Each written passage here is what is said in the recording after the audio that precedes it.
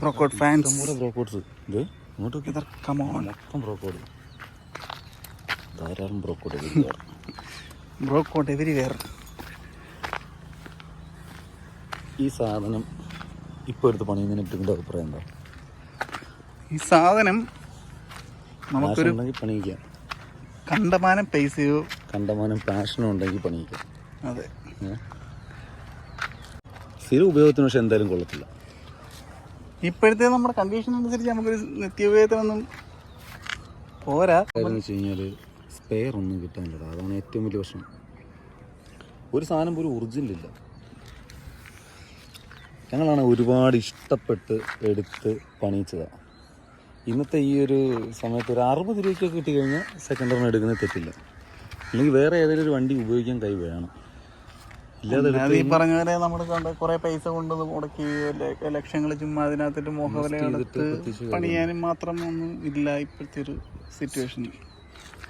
സ്പെയറുകൾ ഒരു സാധനം പോലും ഒറിജിനൽ കിട്ടുന്നില്ല. ഞാൻ തന്നെ എൻ്റെ സിലിണ്ടർ കിറ്റ് മാറാൻ ചോദിച്ചിട്ട് സിലിണ്ടർ കിറ്റ് എങ്ങും നല്ലതില്ല. ഉള്ള സാധനം മേടിച്ചിട്ട് കഴിഞ്ഞ് കഴിഞ്ഞാൽ അധികം ഓടത്തില്ല. പിന്നെ ഒരു റെട്രോ സെറ്റപ്പിൽ കൊണ്ട് നടക്കണമെങ്കിൽ കൊണ്ടു നടക്കാം അല്ലേ? അതെ, നമ്മുടെ ആഗ്രഹം എക്സ്ട്രീം പാഷനോ എക്സ്ട്രീം മണിയോ നമ്മുടെ കയ്യിലുണ്ടെങ്കിൽ നമുക്ക് കാശ് ഇഷ്ടം പോലെ ഉണ്ടെങ്കിൽ പണിഞ്ഞിടുന്നത് തെറ്റില്ല. പിന്നെ ഒരു കാര്യം എന്ന് വെച്ചാൽ ഇതിനകത്ത് ഇതിൻ്റെ ഒരു ബീറ്റൊക്കെ കേട്ട് പോകുന്ന ഒരു സുഖമാണ്. അതൊരു വൈബാണ്. നമ്മുടെ എല്ലാ ഹിമാലയൻ ഉള്ളതുകൊണ്ട് ഇതിങ്ങനെ കീപ്പ് ചെയ്ത് കൊണ്ടു നടക്കാം. അല്ലാതെ ഇപ്പോൾ ഒരുത്തൻ പുതിയതായിട്ടൊരു ബുള്ളറ്റ് എടുക്കാൻ നിൽക്കുക, അവനിപ്പം പഴയ വണ്ടിയോടൊരു ആഗ്രഹമുണ്ട്, വേറെ വണ്ടിയൊന്നും കയ്യിലില്ല, ഇതെടുത്തിട്ട് അവനെ daily day to day use ചെയ്യണമെന്നെങ്കിൽ എത്രയൊക്കെ ഇനി എക്സ്ട്രീം ഒരു മെക്കാനിക്ക് കൂടെ ഉണ്ടെന്ന് പറഞ്ഞാലും ഇതിന് ഇടയ്ക്കിടയ്ക്ക് പണി വരും, ഇടയ്ക്കിടയ്ക്ക് ഇത് വഴി നിൽക്കും, ഇടയ്ക്കിടയ്ക്ക് ഇഷ്യൂസ് വരും. നമ്മൾ വെറുതെ കൊണ്ടുപോയി ഇതിനകത്ത് കുറേ ക്യാഷ് ഇൻവെസ്റ്റ് ചെയ്ത് ഇപ്പോഴത്തെ മെക്കാനിക്കുമാരെന്ന് വെച്ച് കഴിഞ്ഞാൽ ഒരു 80% ആൾക്കാരും മറ്റുള്ളവന് അറിവില്ലായ്മയെ വിറ്റ് കാശാക്കാന്ന് പറഞ്ഞ് കളിക്കുന്ന ടീമുകളാണ്. നമ്മളിപ്പോൾ ഇവനെ പോലെ യൂട്യൂബിൽ നിന്ന്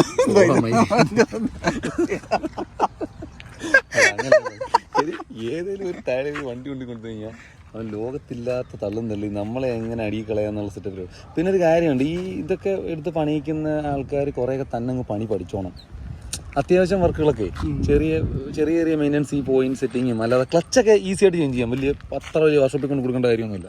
പിന്നെ ഇതിൻ്റെ ഒരു തലവേദന വെച്ചാൽ മഴയത്ത് പോകുമ്പം ഓഫ് ആവുക, പിന്നെ അതേപോലെ വേറെ എന്താ പറയുക, മെയിനായിട്ട് പ്രശ്നം വെച്ചിട്ട് ഒരു അത്ര നമുക്കൊരു വിശ്വസിച്ച് ഒരിടത്ത് കൊണ്ടുപോകാൻ പറ്റും. ഇതിന് എത്ര പൈസ ഇൻവെസ്റ്റ് ചെയ്യുമെന്ന് പറഞ്ഞാലും വിശ്വസിച്ച് നമുക്ക് ഒരിടത്ത് നമുക്ക് അങ്ങനെ അങ്ങ് പോകാൻ പറ്റത്തില്ല, വഴിയിലാവും എന്തായാലും ഒക്കെ. ഞാൻ ഒരിക്കലും പട്ടാമ്പി പോയ സമയത്ത് പട്ടാമ്പി വെച്ച് വഴിയിലുണ്ട്. കാര്യം ചില മെക്കാനിക്കുമാരൊരു ആവശ്യത്തിന് വിളിച്ചാൽ വരത്തുപോലുമില്ല, പഴയ വണ്ടി അഴിച്ചിട്ട തലവേദന, അങ്ങനെ കുറച്ച് ഇഷ്യൂസ് ഉണ്ട്.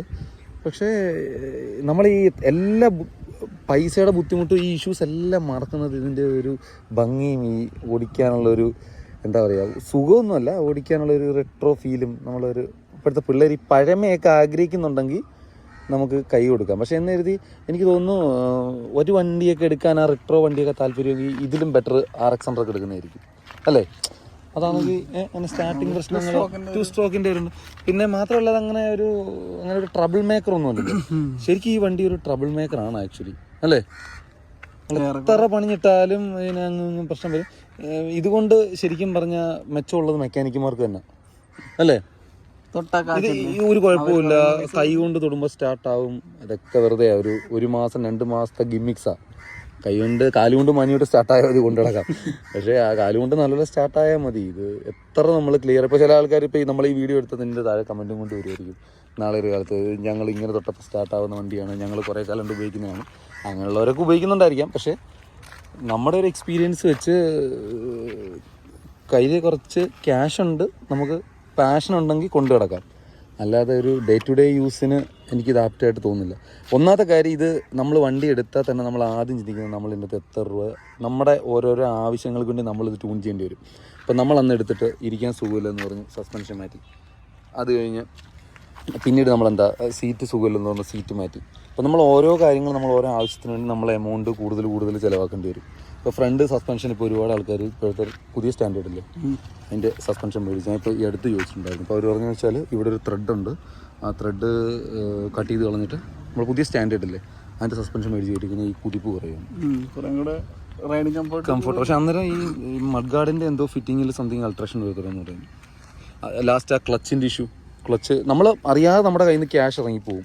ക്ലച്ച് എന്തോ സംതിങ് ലാസ്റ്റ് ഇഷ്യൂ വന്നിട്ട് നമ്മുടെ പുതിയ മോഡലിൻ്റെ മറ്റേ 5 പ്ലേറ്റ് വരുന്ന ക്ലച്ച് ആഡ് ചെയ്തു. ഇതെല്ലാം നമ്മുടെ കയ്യിൽ നിന്ന് കാശ് പോകും. ഇതൊന്നും നമ്മൾ വിറ്റാൽ തിരിച്ചു കിട്ടുന്ന എമൗണ്ട് അല്ല. പിന്നെ ഇപ്പോഴത്തെ ഒരു കണ്ടീഷനിൽ ബുള്ളറ്റിന് ഇച്ചിരി റേറ്റ് കുറവാണ്. ഇപ്പം എനിക്ക് തോന്നുന്നു ഓൺലൈൻ പ്ലാറ്റ്ഫോംസിലൊക്കെ ഏതാണ്ട് ഒരു 70, 60, 80 ആ റേഞ്ചിലൊക്കെ വണ്ടികൾ വരുന്നുണ്ട്. പക്ഷേ അങ്ങനെ ഒരു നിങ്ങൾക്കൊരു എൻഫീൽഡ് ഇങ്ങനെ ജസ്റ്റ് മേടിച്ച് ഇങ്ങനെ കീപ്പ് ചെയ്യണം എന്നുണ്ടെങ്കിൽ നിങ്ങൾക്ക് കൈ കൊടുക്കാം. അല്ലാതെ ഒരു ഡേ ടു ഡേ യൂസിന് ഇതും കൊണ്ട് ഒരു ചെറിയൊരു 20 കിലോമീറ്ററൊക്കെ ഡെയിലി ഓടാനുള്ളതാണെങ്കിൽ അധികം എടുക്കാതിരിക്കുന്നതാണ് വൃത്തി. പിന്നെ ഇതിൻ്റെ അകത്ത് ഭയങ്കര അൾട്ടിമേറ്റ് പാഷനൊക്കെ ഉണ്ടെങ്കിൽ നിങ്ങൾക്കിത് ചൂസ് ചെയ്യാം. എന്താ അതിലെൻ്റെ ഒരു കൺക്ലൂഷൻ? യെസ്, നമുക്കെന്തായാലും ഇഷ്ടക്കുറവൊന്നുമില്ല, ഭയങ്കര ഇഷ്ടമാണ്. നമ്മളൊരു വെറൈറ്റി കളറൊക്കെ പിടിച്ച് ഇത് ഇങ്ങനെ ഞങ്ങൾ വെച്ചിട്ട് കണ്ണിങ് ആയിട്ട് കേട്ടോ റീസ്റ്റോർ ചെയ്തത്. ഇത് ഇളക്കി ഫുള്ള് റീസ്റ്റോർ ചെയ്യാനൊന്നും ഞങ്ങൾ നിന്നില്ല. ഞങ്ങൾ ഈ വണ്ടി എടുത്തിട്ട് ഇത് ഇളക്കി റീസ്റ്റോർ ചെയ്യാൻ കഴിഞ്ഞാൽ ലക്ഷക്കണക്കിന് രൂപയാവും. ഞങ്ങൾ ഈ വണ്ടി റീസ്റ്റോർ ചെയ്തത് 18,000 രൂപയ്ക്കാണ്. നിങ്ങൾ കണ്ടാൽ പറയുമോ 18,000 രൂപയ്ക്ക് റീസ്റ്റോർ ചെയ്ത വണ്ടിയാണ്. ഇതിൻ്റെ ഓൾഡ് പിക്ക് ഞങ്ങൾ ഇതിൽ പോസ്റ്റ് ചെയ്തേക്കാം. ഇതിൽ ഞങ്ങൾ ആകെ ചെയ്തത് 6,500 രൂപയ്ക്ക് ഈ പെയിൻറ്റ് ഫിക്സ് ചെയ്തു. ഇതിൽ ഞങ്ങൾ വരപ്പിക്കാനൊന്നും പോയില്ല. പിന്നെ ഇതില്ലേ ഈ പാഡ് ഞങ്ങൾ അഡീഷണൽ ആഡ് ചെയ്ത ഇതാ ഒരു റെട്രോ സ്റ്റൈൽ കിട്ടാൻ. ഇത് ഒരു പാഡിന് കണ്ട് 350 രൂപ. ഇത് 2 ആഡ് ചെയ്തു. പിന്നെ ഒരു സീറ്റ് പുതിയത് വാങ്ങിച്ചു. വേറെ ഞങ്ങളൊന്നും ചെയ്തില്ല. എഞ്ചിൻ പോലും ഞങ്ങൾ ബഫ് ചെയ്തില്ല. എഞ്ചിൻ അതിൻ്റെ റോ കളറിൽ തന്നെ ഇരിക്കട്ടെ എന്ന് എഴുതി. വേറെ ഒന്നും ചെയ്തില്ല. പിന്നെ കുറച്ച് പ്ലേറ്റ് ചെയ്തു. ഒരു നമ്മുടെ എന്താ പറയുക ക്രാഷ് ഗാർഡ് പ്ലേറ്റ് ചെയ്യിച്ചു. പിന്നെ അതേപോലെ ഈ ഒരു റിങ് പ്ലേറ്റ് വെച്ചു. ഇത് മാത്രമേ ചെയ്തുള്ളൂ. പക്ഷെ വണ്ടി കാണാൻ ഇതാണ്. നമ്മളിത് മൊത്തം ഇളക്കിയിട്ട് നമ്മൾ വെറുതെ ഇതിലത്ത് ഒരുപാട് ക്യാഷ് ഇൻവെസ്റ്റ് ചെയ്യുന്നതിൽ അർത്ഥമില്ല. അല്ലാതെ നമ്മൾ ചെറിയ രീതിയിലുള്ള പരിപാടിയൊക്കെ ചെയ്ത് ഇങ്ങനെ കയ്യിലൊരു ഇതായിട്ട് കീപ്പ് ചെയ്ത് നമ്മൾ വല്ലപ്പോഴൊക്കെ യൂസ് ചെയ്യുകയാണ്. നമുക്കത് ഭയങ്കര ഇഷ്ടമാണ്. ആ പഴമ വിടാൻ താല്പര്യമില്ല. ഒരു റോ ബുള്ളറ്റ് യൂസ് ചെയ്യണമെങ്കിൽ നിങ്ങൾക്കിത് ധൈര്യമായിട്ട് കൈ കൊടുക്കാം. അല്ല